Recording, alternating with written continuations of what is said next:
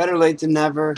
I heard someone say that one time. I don't know if I believe that or not, but I told you guys I would do this on the 4th, but do it today. Today's it's only the 13th, so yeah.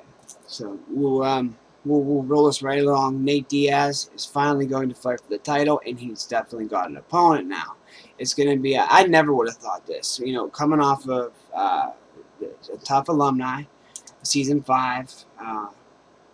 Season 5, season 4. The one prior to his was the comeback, and those people got immediate title shots. Immediately, if they won, they got to face the champ.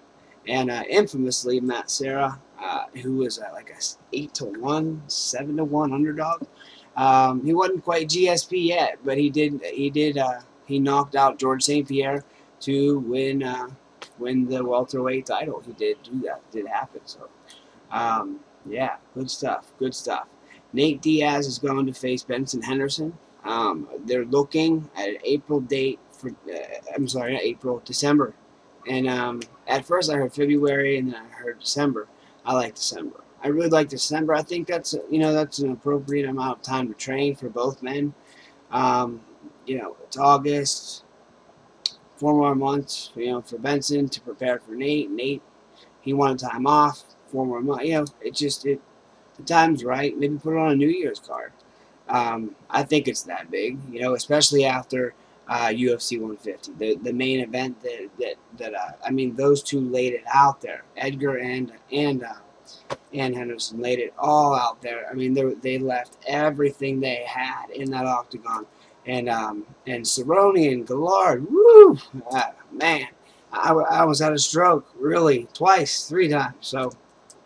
Anyway, Nate Diaz comes off of the Ultimate Fighter, wins the plaque, has pretty good wins over Alvin Robinson and Junior Sunsao. Asked for a step up in competition, and he gets it in Kurt Pellegrino. Kurt Pellegrino, I think he gave him probably one of the worst beatings he's ever had.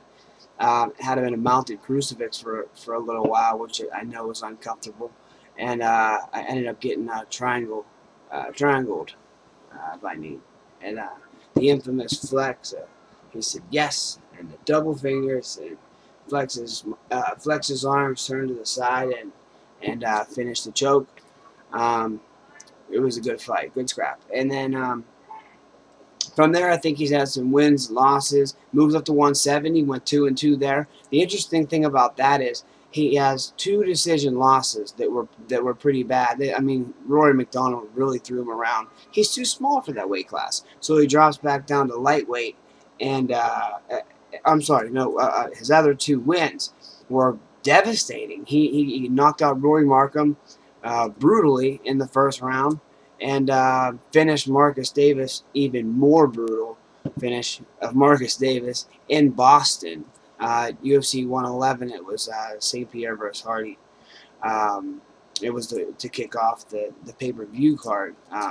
He has such a cool demeanor, being in hostile territory. That was my first time seeing, that was my first fight, my first live fight. And he was, people were booing him, and people weren't really cool with some Stockton Doug coming over and trying to beat up one of their own, one of the Bostonians. So Nate, he has 2 devastating finishes, 2 disappointing. He belongs to 155. He's put together 3 amazing wins to get this title shot, and I think he deserves it more than Pettis. I wouldn't mind seeing he and Pettis fight. He and Pettis would make an excellent fight. But he's going to definitely fight Benson Henderson. That's going to happen. It's not going to be Pettis. It's not going to be anyone else. It's not going to be. Well, let's hope he doesn't get hurt, because I want to see you got my heart set on Benson Henderson versus Nathan Diaz for the 155-pound title, and who knows where Frankie Edgar will go from here. Hopefully down to 145. I think he has everything in the world to beat Jose Aldo, just my opinion. Public Silver 101. I'm out. It's family day. I got to go.